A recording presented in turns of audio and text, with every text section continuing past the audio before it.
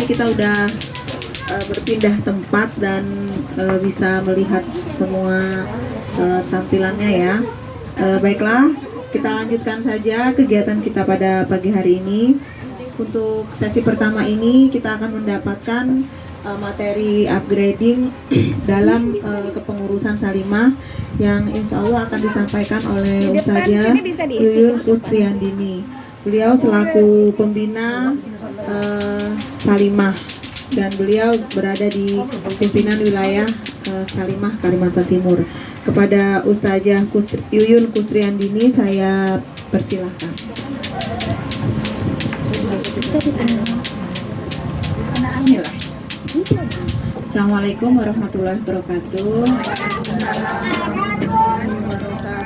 Alhamdulillahirrahmanirrahim. Wassalatu wassalamu ala asrofil anbiya wal mursalin sayyidina Muhammadin wa ala alihi washabihi ajmain.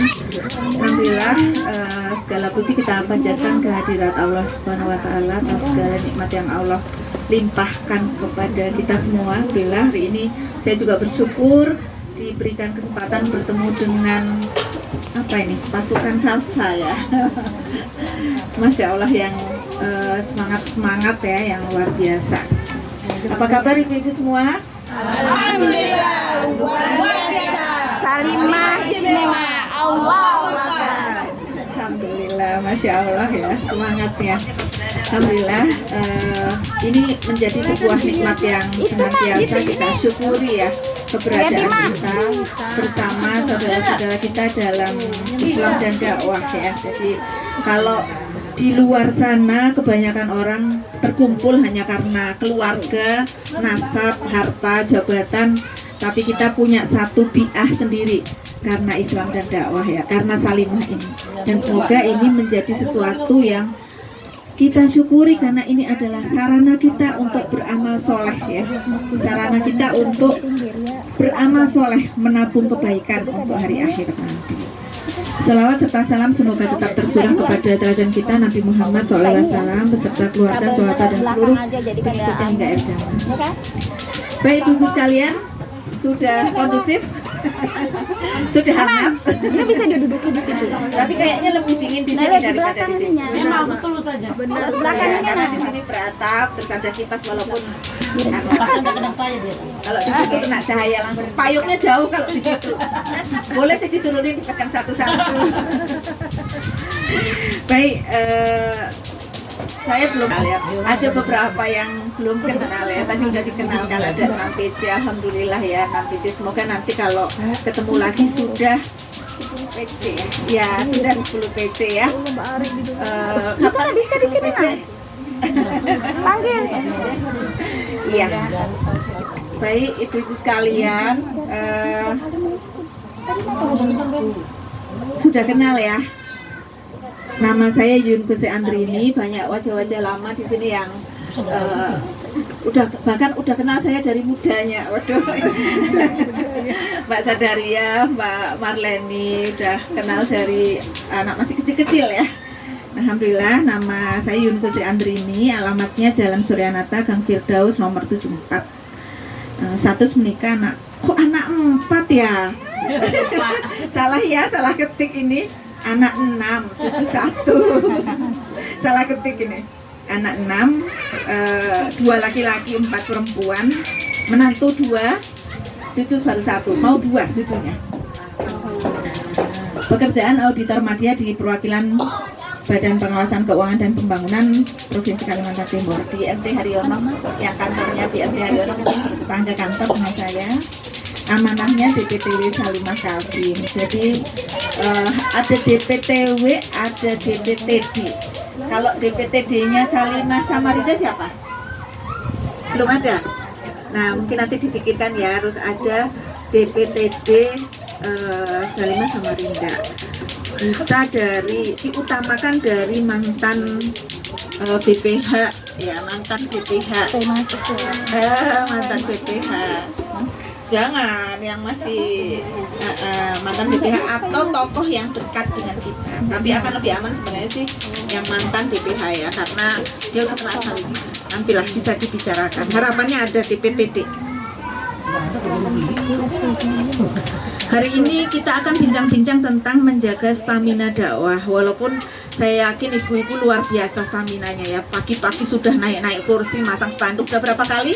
4 kali dengan yang ini ya tadi ya. 3 kali dengan yang ini, Masya Allah. Nanti kalau pindah lagi 4 kali ya. Stamina dakwahnya luar biasa, semangatnya luar biasa. Dan saya yakin karena memang kebersamaan membuat kita bisa ya ibu-ibu ya. Kalau di rumah mungkin kita udah nggak semangat mau masang spanduk sendiri gitu. Tapi bersama ibu-ibu yang luar biasa ini, maka semangat kita juga akan luar biasa. Belakangnya kosong, takut lupa. Maju enggak? Maju. Kalau lupa bisa ember kan? Oh, takut jatuh. Iya ibu-ibu, awal sebelum kita masuk di beberapa poin tentang Salimah, kita mulai dari kisahnya perang Tabuk dulu ya. Ini perang yang salah satu dari sekian banyak perang yang dilewati Rasulullah dan para sahabat.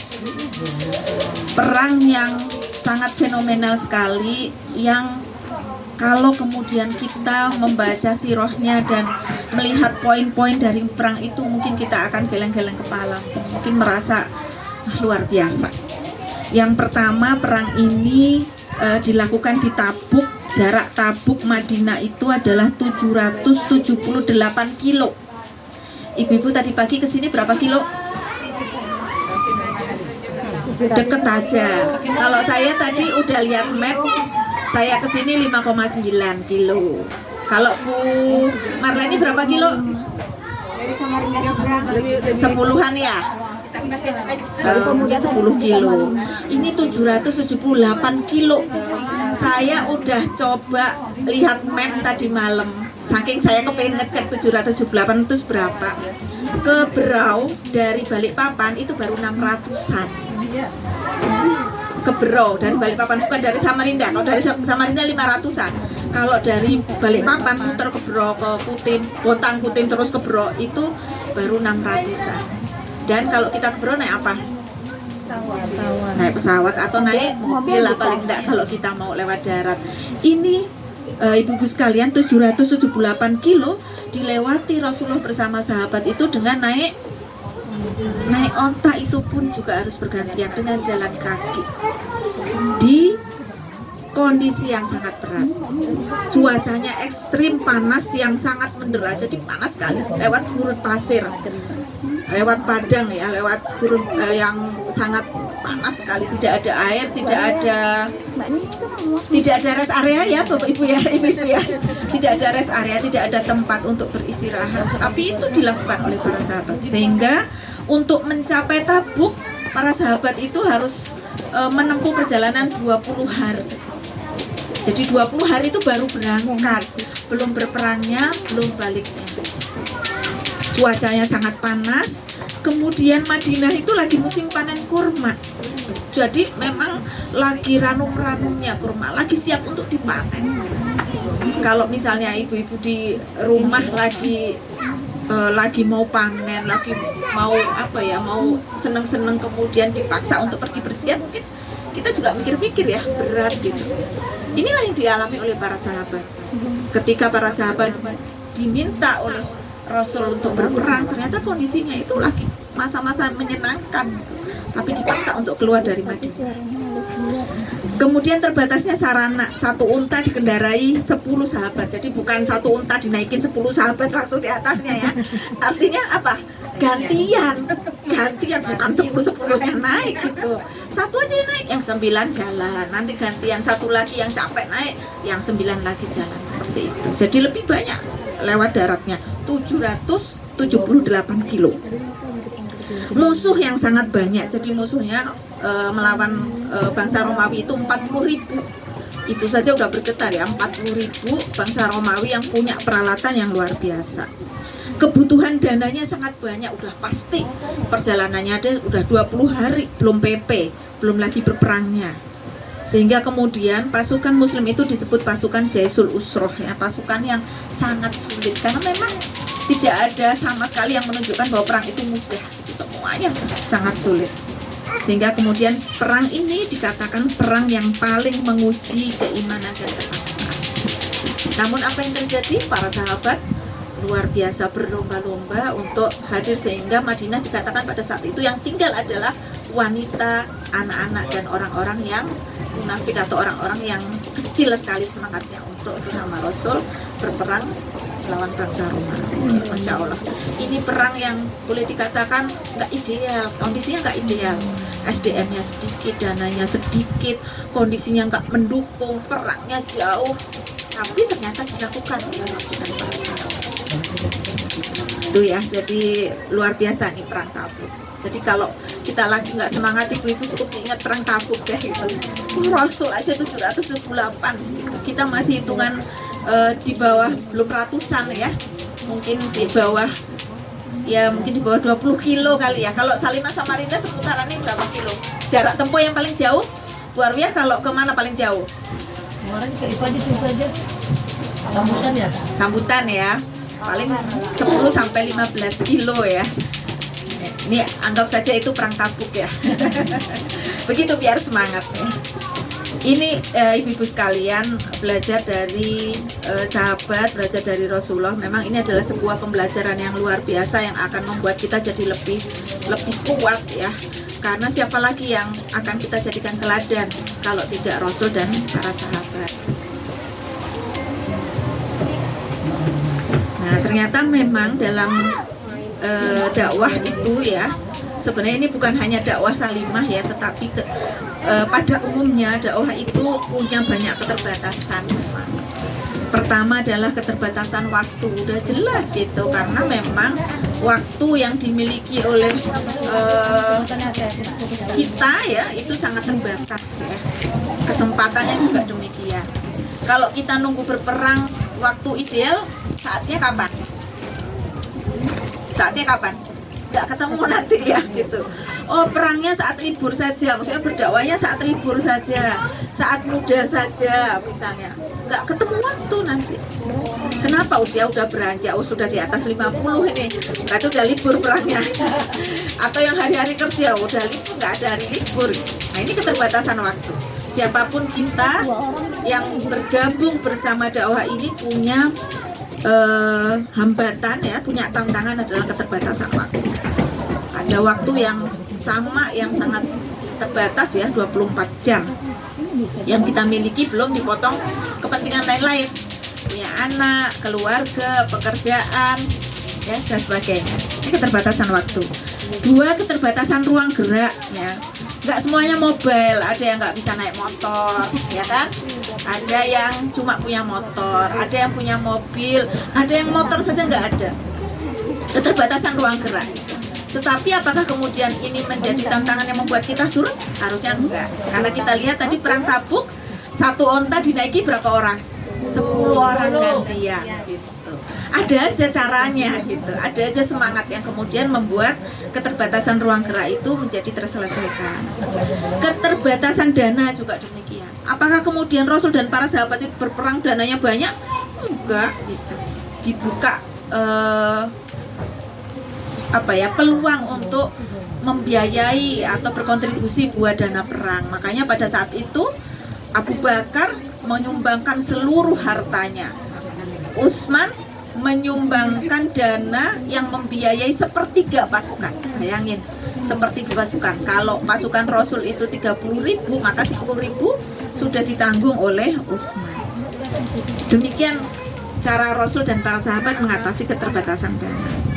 Keterbatasan SDM juga demikian, nggak ada yang kemudian full semua, nggak ada. Makanya kemudian Rasul menyerukan kepada para sahabat untuk berangkat berperang dengan kekuatan yang mereka miliki, dengan keterbatasan yang mereka miliki.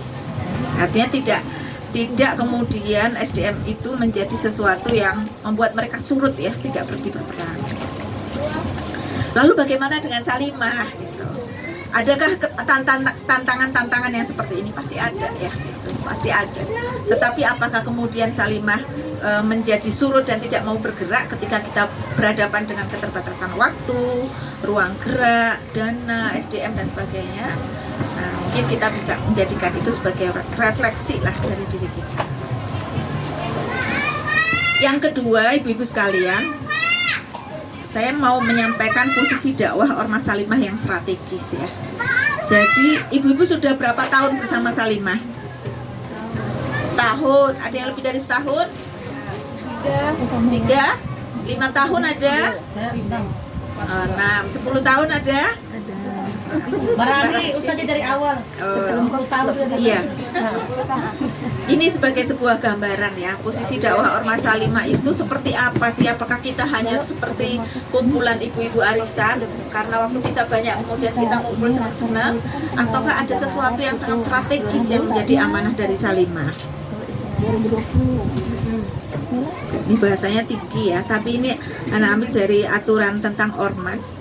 Jadi ormas itu adalah organisasi yang didirikan dan dibentuk oleh masyarakat secara sukarela berdasarkan kesamaan aspirasi, kehendak, kebutuhan, kepentingan, kegiatan, dan tujuan untuk berpartisipasi dalam pembangunan demi tercapainya tujuan Negara Kesatuan Republik Indonesia. Ini kalau dalam undang-undang itu Ibu ya, dalam aturan.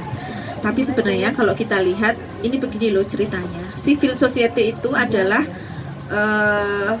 kepentingan masyarakat ya. Jadi masyarakat itu punya banyak kepentingan, punya banyak hak.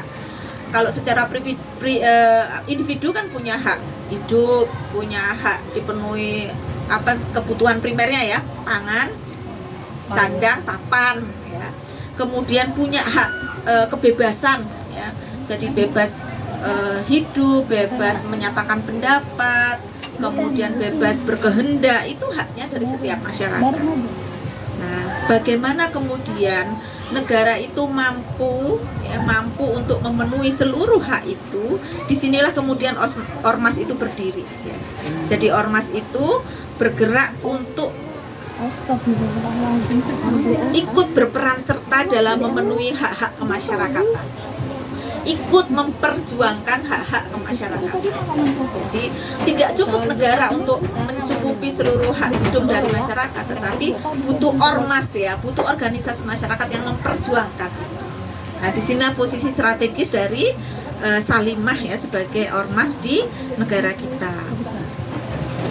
Kalau tujuan gerakan sosial dari Salimah misalnya, kita lihat betapa pentingnya Salimah itu. Yang pertama tujuannya adalah nasrul fikroh, menyerukan keselamatan dunia akhirat. Masya Allah ibu-ibu.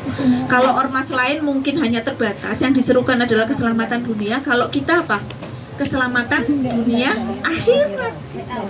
Inilah sisi dakwah dari Salimah, bahwa kita tidak hanya menyerukan keselamatan dunia, tidak hanya menyerukan supaya masyarakat itu cukup hak hidupnya, hak pangannya, hak sandangnya, hak papannya, bukan hanya itu, tetapi bagaimana mereka juga mendapatkan kebahagiaan di akhirat. Nah, ini yang menjadi nasrul fikrohnya Salimah.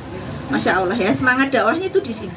Nah, yang kedua, Ormas Salimah itu punya tujuan menjaga kredibilitas sosial. Apa itu? Amanahnya adalah menjaga makosid syariah dalam kehidupan kontemporer. Dalam Islam ada 5 hal yang harus dijaga dalam kehidupan itu. Yang pertama adalah din, agama. Kedua adalah nufus ya, jiwa. Ketiga adalah mal.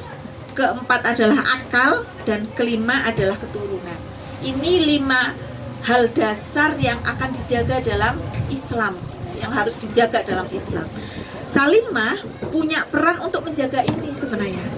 Menjaga din, bagaimana Salimah itu juga bergerak untuk misalnya menjaga bagaimana din itu tetap ada dalam jiwa-jiwa seorang muslim gitu. Jangan sampai agama itu jauh, jangan sampai agama itu dipinggirkan, itu tugasnya Salimah. Nufus juga demikian, mencegah trafficking, perdagangan manusia, memenuhi standar AKG, ini kecukupan gizi ya, angka kecukupan gizi. Hifzu mal, memperjuangkan kebebasan berusaha. Hifzu akal, meningkatkan kualitas lembaga dan kurikulum pendidikan. Bagaimana Salimah juga punya peran meningkatkan kualitas pendidikan bagi ibu-ibu dan anak-anak misalnya. Itu tugasnya Salimah. Hifzu akal, bagaimana ibu-ibu atau kaum perempuan itu secara akal tidak jumut, tidak cuma berhenti di rumah saja, tetapi terus diasah sehingga kemudian memberikan kemanfaatan buat kehidupan baik di dunia maupun di akhirat. hifzu nasl, kesehatan reproduksi, kesehatan ibu, keluarga, ini juga peraturannya sama. Jadi kalau dilihat dari sisi strategisnya Salimah, Masya Allah, bahkan boleh dikatakan Salimah ini adalah ormas yang kita miliki yang bertahan sampai sekarang, yang dimiliki dakwah kita saat ini di 34 provinsi ya, bahkan ada yang di luar negeri. Kita bisa lihat kalau Salimah itu hanya bergerak di satu titik mungkin manfaatnya tidak besar, tetapi ketika Salimah itu banyak di banyak titik maka jangkauannya akan luar biasa. Makanya struktur itu menjadi sesuatu yang harus difikirkan karena itu jangkauan kita. Ya, jangkauan kita, tangan kita yang akan menyentuh ujung-ujung dari simpul-simpul masyarakat. Nah, sekarang bagaimana kemudian menjadikan dakwah Salimah lebih profesional? Ibu-ibu, sederhana sebenarnya. Ya, kalau dakwah Salimah itu diibaratkan bangunan, maka ada 3 yang harus kita bangun. Yang pertama pondasinya. Ya, kan bangunan itu awalnya apa? Pondasi kan ya. Makanya sebagian besar biaya biasanya habis di pondasi karena pondasi itu sangat menentukan. Kita tidak ingin membentuk bangunan yang kemudian bangunannya cantik besar tapi pondasinya nggak kuat. Jadi pondasi itu menjadi salah satu yang primer yang harus kita bangun. Yang kedua adalah bangunannya. Jadi kalau habis pondasi, bangunan. Nah yang ketiga, biasanya kalau kita bangun rumah sudah jadi bangunannya diapain ibu-ibu? Dihias ya, dicat interiornya gitu. Sekarang udah banyak ya interiornya. Biar apa? Biar nyaman, biar menarik, biar orang kalau berkunjung juga senang, anak-anak juga tinggal nyaman, suami juga tinggal nyaman. Jadi daya tariknya. Nah 3 hal ini sebenarnya harus kita bangun di Salimah: pondasi, bangunan, sama daya tariknya. Apa saja itu? Ini pondasi ya. Nah, saya nggak dapat foto yang terbaru, jadi googling. Jadi dari kemarin tuh bukain Facebooknya Salimah, nyari fotonya. Apa pondasinya, ibu-ibu? Sekarang saya mau tanya, ibu-ibu berkumpul atau ikut di Salimah karena apa?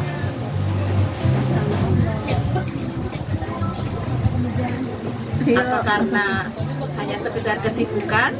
Karena teman? Nah ini yang menjadi pondasi yang harus kita bangun ibu-ibu, bahwa kita berkumpul di Salimah itu karena ikatan, karena iman kepada Allah. Nah ini pondasi, karena iman kepada Allah, karena kita ingin Salimah ini menjadi sarana kita berdakwah, karena kita ingin Salimah ini menjadi sarana kita beramal soleh. Jadi bukan hanya sekedar kumpul, tapi kumpul yang memberikan manfaat dunia dan akhirat, itu harapannya. Dan pondasi ini harus kita kuatkan ya. Jadi berawal dari Islam, berawal dari iman kita kepada Allah dan Rasulnya sebagai pondasi ikatan organisasi. Dari sinilah kemudian muncul komitmen kepada Islam, muncul kekokohan maknawi kita. Harus dibedakan Salimah dengan organisasi yang di luar. Kalau di luar mungkin sekedar kumpul udah beres, arisan udah beres. Tapi kalau kita dikumpulkan karena ikatan akidah, karena ukhuwah, karena Islam, karena dakwah, karena ibadah. Harapannya orang-orang yang berkumpul di Salimah itu harus jadi lebih baik. Kalau tidak lebih baik, maka kita pertanyakan sama Mbak Dina ya, Mbak Dina ya. Kalau ibu-ibu merasa kumpul di Salimah kok saya nggak jadi lebih solehah ya, jadi salah berarti kumpulnya. Sederhana saja indikatornya. Jadi kalau kita kumpul bersama Salimah harus lebih baik, harus lebih solehah, ibadahnya harus lebih bagus. Kenapa? Karena kita bertemu karena Islam. Ya. Jadi ini pondasinya harus kita kuatkan. Kalau karena yang lain ibu-ibu bisa runtuh lah. Kalau karena yang lain. Nah ini gambarannya. Kalau pondasi itu nggak kuat, apa yang terjadi ibu-ibu? Rapuh ya bangunan itu. Kalau nggak kuat itu kondisinya rapuh. Kalau rapuh ya mungkin gampang jatuh. Misalnya ini, kalau ibu-ibu berkumpul karena harta, kalau ternyata tidak diberikan harta, kira-kira gimana kita? Ya lari kita gitu. Kalau kita berkumpulnya karena harta. Kalau kita berkumpul, apa ada yang mau gabung? Mbak Nizam. Di tangga. Kalau kita berkumpul karena jabatan juga demikian. Kalau kita nggak dikasih jabatan, misalnya Bu Arwiyah nih kumpul di Salimah dijadikan anggap saja misalnya jadikan sekretaris misalnya gitu. Wah enak nih sekretaris, kalau sekretaris itu kan selalu di depan ya gitu, tampil gitu. Tapi begitu kemudian jabatan itu diambil, Bu Arwiyah diganti, misalnya diganti sama siapa sekarang sekretarisnya? Bu Ami misalnya. Kalau Bu Arwiyah kumpulnya karena jabatan kira-kira gimana? Ya itulah kecewa lah gitu. Saya dipecat jadi sekretaris gitu. Kenapa? Karena kita berkumpul karena jabatan. Jadi pondasi itu harus kuat. Kita kumpul karena Islam, kita kumpul karena iman, kita kumpul karena ingin lebih baik di hadapan Allah. Itu harus kuat. Kalau yang lain karena harta, karena jabatan, nggak akan kuat itu. Kemudian yang kedua, kalau pondasinya nggak kuat itu hilang arah. Salimah, kalau pondasinya nggak kuat itu sangat mungkin hilang arah, bingung apa ya yang mau dikerjain ya. Pernah nggak berada di titik itu? Pernah. Semoga nggak pernah lah ya. Apa ya yang mau dikerjain dengan Salimah? Karena apa? Karena bangunan pondasinya harus sudah kuat karena Allah. Kalau kemudian pondasinya kuat itu, insya Allah lah nggak akan ada arah yang hilang. Kalau bingung kegiatannya apa, oke, tetapi arahnya nggak hilang. Gitu. Mungkin yang dirasakan Bu Arwiyah itu bingung, ini kita mau ngapain apa, ngerjain apa ya. Tapi kalau arah nggak boleh hilang, insya Allah nggak akan hilang. Bahwa kita akan terus berdakwah. Cuma masih dipikirkan caranya gimana ya. Gitu. Nah ini hilang arah, semoga tidak ya. Karena banyak di luar sana organisasi yang dibuat ternyata hilang arah. Mau ngapain ya gitu. Ini sebenarnya mau dibawa kemana organisasi ini dan sebagainya. Yang ketiga, jika pondasi tidak kuat, tidak produktif ya. Tidak produktif itu karena tadi nggak semangat. Begitu kemudian yang satu berhenti karena ini, yang satu sibuk pekerjaan, yang satu sibuk hartanya, yang satu sibuk anaknya. Karena pondasinya nggak kuat ya sudahlah, diem-diem aja lah. Yang penting namanya masih tercatat Ormas Salimah, nggak produktif. Tapi kalau kita kumpulnya itu betul-betul karena Allah, maka Masya Allah. Satu nggak semangat, yang satu gandeng. Dua lagi capek, yang tiga nyeret. Itu yang terjadi gitu. Pokoknya kita harus jalan gitu. Tadi keterbatasan waktu, ruang gerak, SDM itu tidak boleh kemudian jadi hambatan. Satunya motornya macet, minta boncengin Bu Arwiyah. Kalau yang macet 3 orang ya minta diimbal saja lah sama Bu Arwiyah. Pokoknya pasti ada jalan.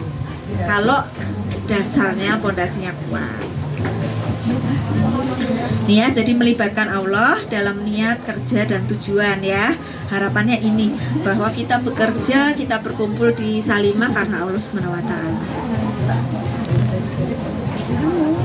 Oke, yang kedua, setelah pondasi, ibu-ibu yang kita kuatkan adalah bangunannya. Ya, bangunannya ya, bangunan dakwahnya. Makanya kemudian ini ada foto rapat kerja 2023 ini kapan ya? 23 loh ini fotonya. Ini di mana ini? 12 dan 19 Januari 2023. Oh ini foto Salimah Pusat ini ya? Iya. Oh salah kutip saya. Maklum gitu. Kan googling aja ya. Anggap saja ini Salimah Samarinda lah gitu. Ya ini yang kita kuatkan bangunannya, bahwa Salimah itu ada strukturnya harus lebih rapi, fungsi-fungsinya jalan, programnya ada dan sebagainya ya. Ini bangunannya. Nah, kalau dalam Islam organisasi yang sehat itu disebutkan dalam surah As-Saff ya, ayat 4 ya. Innallaha yuhibbul ladzina yuqatiluna fi sabilihi shaffan ka'annahum bunyanun marsus. Seperti bangunan yang tersusun kokoh ya, rapi. Harapannya demikian. Bangunan ini harus disusun dengan rapi gitu. Strukturnya siapa dilengkapi. Kalaupun terbatas SDM-nya, fungsinya tetap jalan. Fungsinya tetap jalan. Bagaimana kemudian Salimah itu menjadi organisasi yang tersusun rapi. Karena kalau bagaimana berperang kalau kemudian kita susunannya amburadul, jabatannya nggak jelas, siapa yang bertugas juga nggak jelas, ya susah gitu. Nunggu nanti tuh, disuruh nanti salah satu melempar bom ya gitu, yang lain kan nanti Mbak Dina yang lempar bom, terus satunya Mbak Ami yang lempar bom, akhirnya nggak ada yang lempar bom, ya akhirnya dibom. Itu ya, jadi tetap tidak boleh kemudian saling menunggu. Struktur bangunannya harus jelas, harus dirapikan, karena ini bagian dari peperangan atau bagian dari perjuangan kita ya, dalam dakwah. Nah, ini salah satunya, bukan salah satu ya, beberapa ya, untuk menguatkan bangunan itu, misalnya pertemuan yang solid dan kondusif ya. Jadi bagaimana kemudian pertemuan-pertemuan kita solid. Kalau solid kayaknya dari yang sudah disampaikan di media kelihatannya solid ya. Saya cuma ngeliat aja sih bagaimana semangatnya rapat sambil makan-makan gitu, sambil jalan-jalan, luar biasa itu. Kalau ini kayaknya nggak perlu dipertanyakan deh, gitu. Tinggal semuanya digandeng gitu, semuanya digandeng. Yang masih lemah-lemah coba digandeng supaya jadi semangat ya. Kemudian pertemuannya juga produktif, tidak hanya kondusif tapi juga produktif ya. Jadi betul-betul mencari ide-ide segar yang akan dikeluarkan atau dilakukan oleh Salimah. Nah, yang ketiga perhatian kepada aspek bangunan dakwah. Jadi tadi ini yang satu ini ya. Yang satu itu pertemuan yang kondusif, kedua itu pertemuan yang produktif, yang ketiga perhatian pada aspek bangunan dakwah.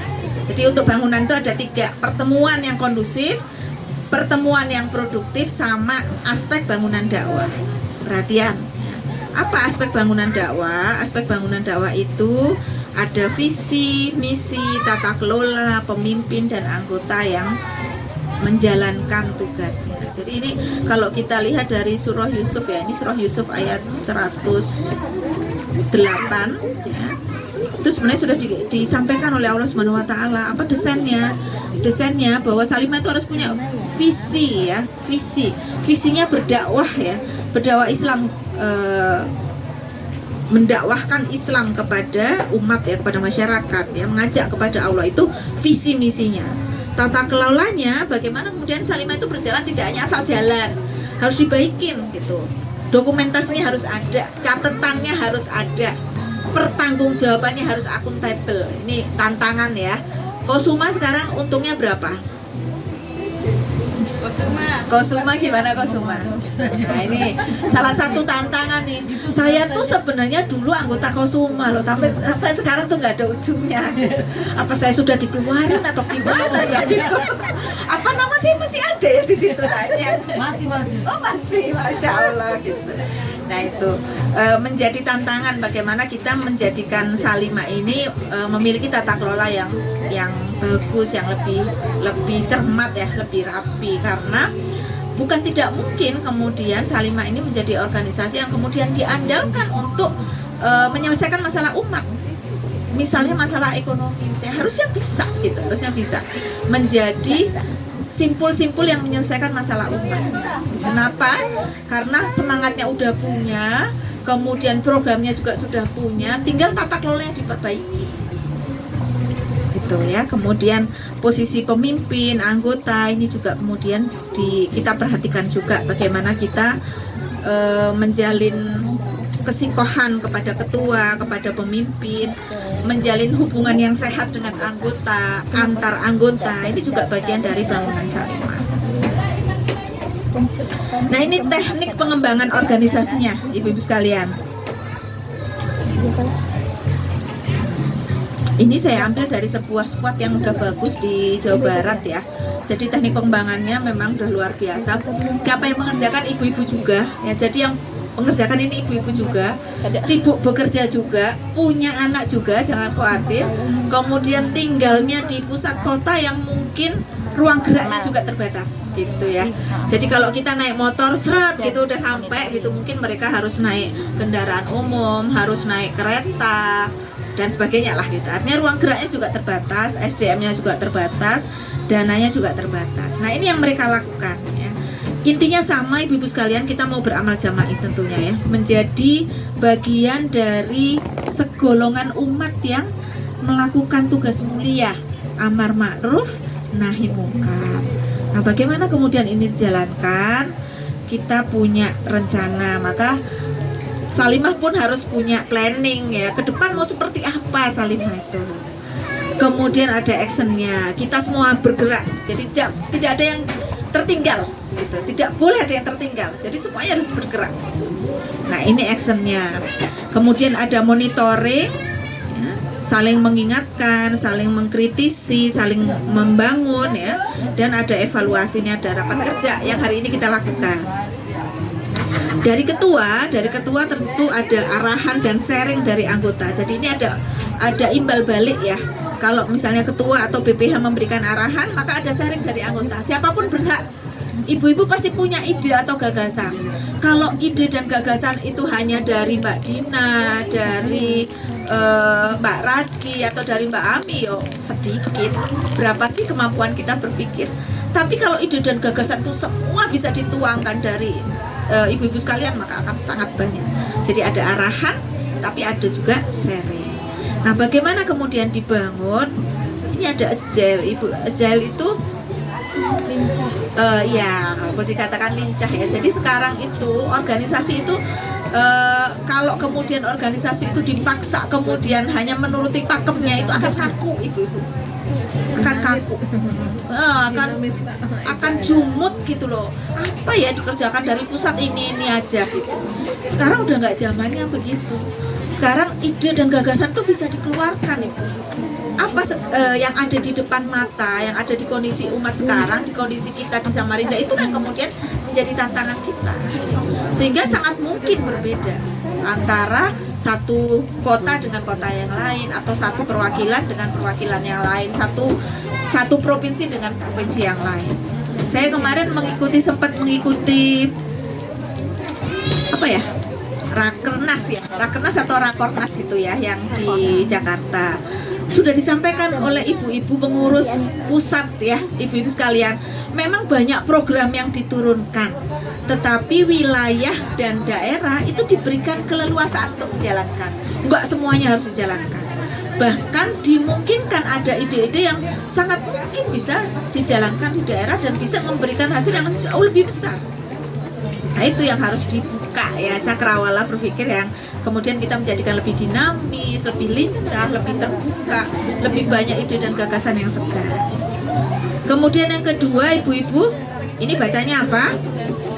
Iya, rasa memiliki yang tinggi. Kalau kita punya rasa memiliki itu gimana sih bedanya dengan kita cuma ikut-ikutan? Iya.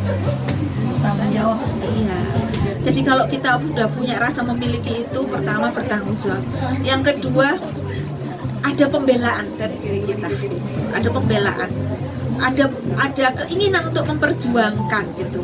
Walaupun minimal sekedar memperjuangkan beli baju umum misalnya gitu. Ibu-ibu yang sudah bergabung di Salimah pasti kepengen saya punya baju umum lah gitu misalnya. Minimal itu dulu lah, itu rasa memiliki gitu.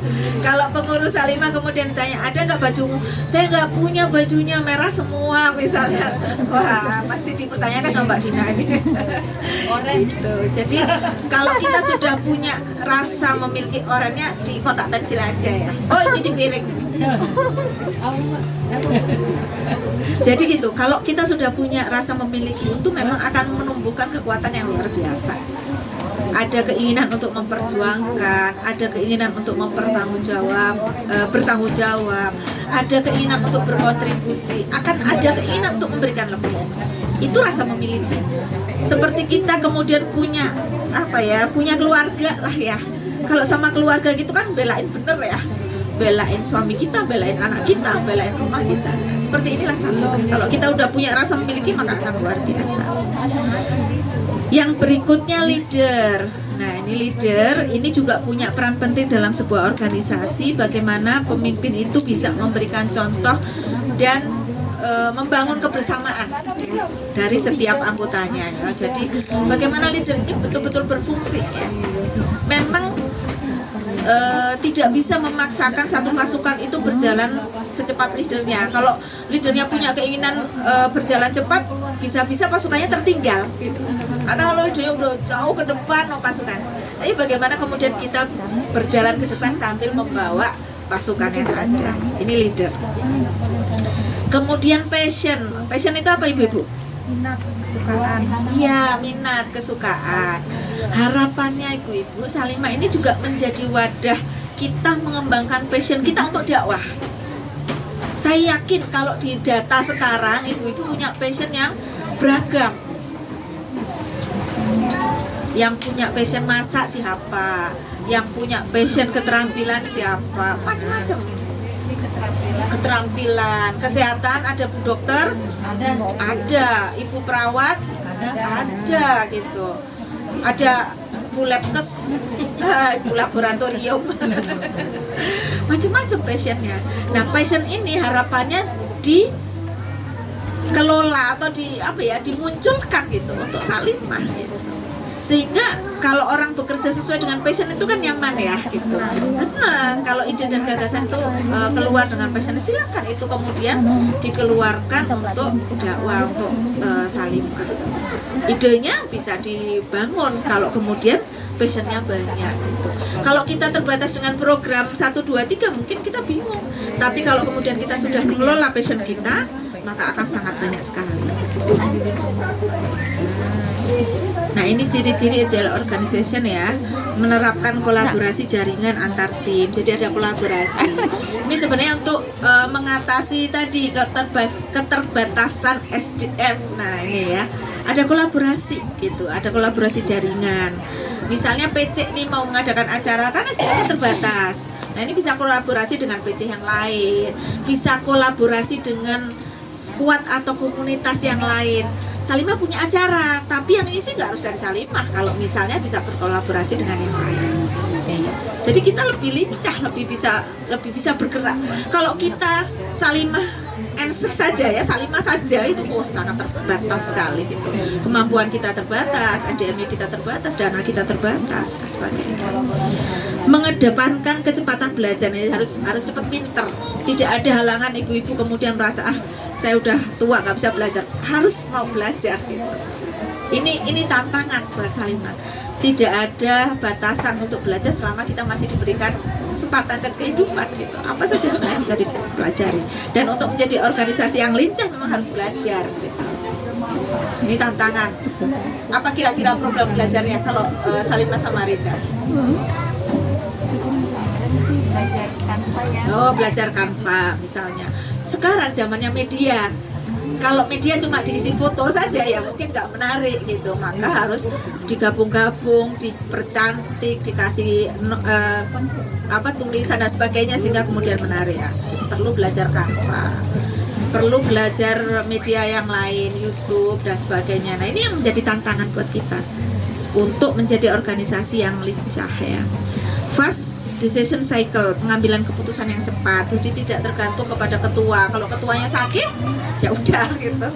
Jadi keputusan itu harus berjalan dengan cepat, kemudian jaringan juga harus lebih baik. Terus customer creating, menciptakan customer. Nah ini, karena kita organisasi dakwah, maka salah satu output yang kita harapkan harus semakin banyak orang yang bergabung dalam kebaikan. Itu salah satu indikatornya. Jadi bagaimana Salimah itu menciptakan customer banyak-banyak, orang yang senang dengan Salimah, orang yang jadi member Salimah, orang yang jadi anggotanya Salimah, orang yang senang berkunjung kepada teras Salimah. Sudah ada teras Salimah belum? Belum.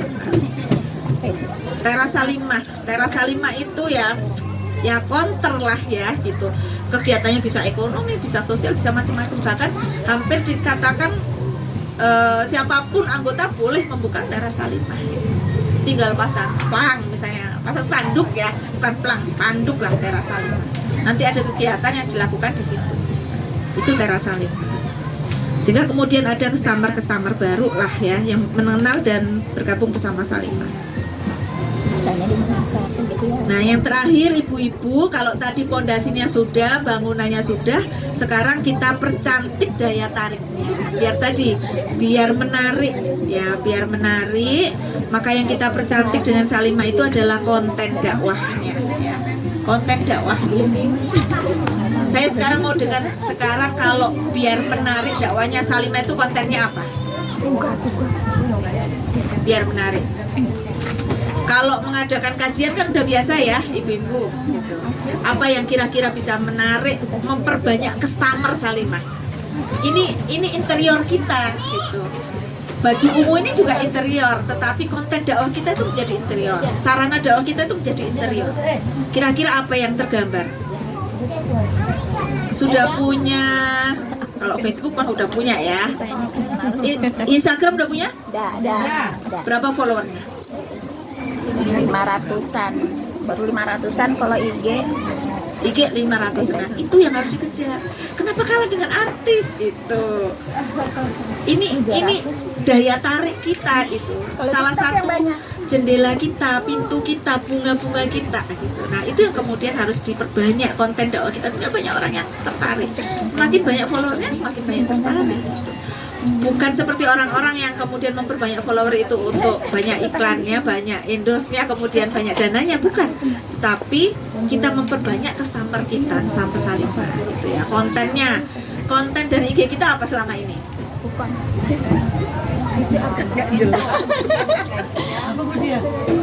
Ada videonya? Ada video realnya ada. Nanti tantangannya itu harus dibuat lebih menarik gitu. Karena konten-konten dakwah itulah ya daya tarik Salimah. Kalau Facebook kan yang nonton ibu-ibu aja ya. Ibu-ibu udah gitu teman-temannya lagi, ketemu di sana, ketemu di sini, ketemu di sini, ketemu di Facebook. Itu aja gitu. Kalau IG mungkin kalau followernya udah ribuan, maka yang melihat bukan hanya kita saja, tapi orang luar. Atau mungkin kita bisa apa ya, melibatkan atau bekerja sama dengan apa namanya kalau orang yang sudah influencer ya, influencer. Jadi kalau kita melibatkan influencer, kita bisa dompleng dengan ketenaran yang bersangkutan. Itu juga salah satu sarana mempercantik konten dakwah kita. Kemarin di Jakarta ada salah satu squad yang bekerja sama dengan influencer. Squadnya sih nggak terkenal, influencernya terkenal. Akhirnya dia bisa mengadakan acara ribuan online seluruh Indonesia. Dan kita dapat gonimahnya sekitar 60-an orang dari Kaltim yang rekrut di pusat. Nah, ini salah satu cara. Nanti mungkin di raker ini bisa dibicarakan gimana sih konten dakwah kita, atau tadi untuk mempercantik tadi bangunan dakwah kita itu supaya lebih menarik kesamper. Kalau dari situ ibu-ibu nggak akan berhenti kita beride, nggak akan berhenti kita bekerja, karena pasti dari ibu-ibu sekarang idenya akan keluar terus. Kalau fondasi kita udah kuat, bangunan kita udah kuat, maka tinggal kita percantik ya. Nah, ini salah satunya dilakukan ya. Ini yang ini kan ya Facebooknya ya. Salah ya? Enggak kan? Soalnya kayaknya ada dua. Iya kan? Satu. Ada 2 akun ya. Fanpage 1. Oh, fanpage 1. Kemudian ini kegiatannya Salimah Semarak Ramadan ya. Jadi mungkin nanti konten dakwahnya bisa diperbanyak, bisa dipercantik. Caranya gimana? Membaca kondisi masyarakat. Nah, ini kita baca dulu kondisi masyarakat sekarang, mereka butuhnya apa? Mereka tertariknya apa gitu. Kita bisa ikuti. Tadi ada yang nyebut TikTok misalnya. Ada, kita punya. Ada. 500 followers. 500 ya. Ya. Nanti semoga bisa ditingkatkan itu dan kemudian memberikan lebih banyak manfaat. Kemudian menggali ide-ide segar pemecahan masalah di masyarakat. Tadi kita kemudian gali ide-ide yang lebih apa ya, lebih up to date ya dengan masalah di masyarakat. Boleh saja mengadakan kajian-kajian yang sifatnya akidah, ibadah boleh, tetapi mungkin bisa diselingi dengan ide-ide yang memang dibutuhkan oleh masyarakat saat ini. Kemudian menyesuaikan sarana dakwah dengan perubahan zaman. Nah, ini kita harus mengikuti zaman ya. Tadi kalau kita masih berkutat dengan papan tulis misalnya, dengan spidol gitu, ya akan terbatas yang mendengarkannya. Tapi kalau kita sudah pakai media, pakai ya IG, pakai Facebook, pakai TikTok, pakai macam-macam gitu, maka insya Allah akan lebih sesuai dengan kondisi zaman. Memakai bahasa dakwah yang menarik, maksudnya apa? Maksudnya bukan hanya bahasa lisan ya, tetapi bentuk sebenarnya konten dakwah itu apa yang kita inginkan, tetapi kita sampaikan dengan sesuatu yang lebih menarik yang bisa diterima oleh masyarakat. Nah, ini mungkin PR-nya semoga nanti bisa digali ya. Saya yakin ibu-ibu memang menjadi tantangan ini ya buat ibu-ibu Salimah. Semangatnya sudah ada, tinggal bagaimana kita menggali, memperbaiki konten dakwah kita. Tadi ada 3 ya ibu-ibu ya. Yang pertama fondasinya kita perkuat, yang kedua bangunannya juga kita perkuat, yang ketiga daya tariknya ya kita perbaiki ya, konten dakwahnya kita perbaiki. Masya Allah, semoga dengan ini semua Salimah akan memberikan banyak manfaat. Saya yakin tidak ada yang rugi ibu-ibu bergabung dengan Salimah. Saya pribadi merasakan berkumpul dengan Salimah itu tidak hanya menjadi sarana kita beramal saja, tetapi menjadi sarana kita menguatkan diri kita, menjadi sarana kita bercermin, menjadikan sarana kita mengisi waktu-waktu kita dengan kegiatan yang lebih baik. Ya, daripada kita berteman dengan teman yang nggak jelas, maka di sini temannya semuanya jelas ibu-ibu, jelas ungunya, jelas ungunya. Ya. Demikian barangkali ibu-ibu sekalian bisa saya sampaikan, semoga bermanfaat. Saya mohon maaf sekali kalau ada yang kurang berkenan. Semoga semuanya bisa menjadikan Salimah sebagai keluarga kedua ya, keluarga kedua yang akan dibela, diberikan yang terbaik, memberikan kecintaan dan kebahagiaan buat semuanya. Demikian, billahi taufiq wal hidayah. Wassalamualaikum warahmatullahi wabarakatuh. Waalaikumsalam warahmatullahi wabarakatuh. Ini dari tadi nahan.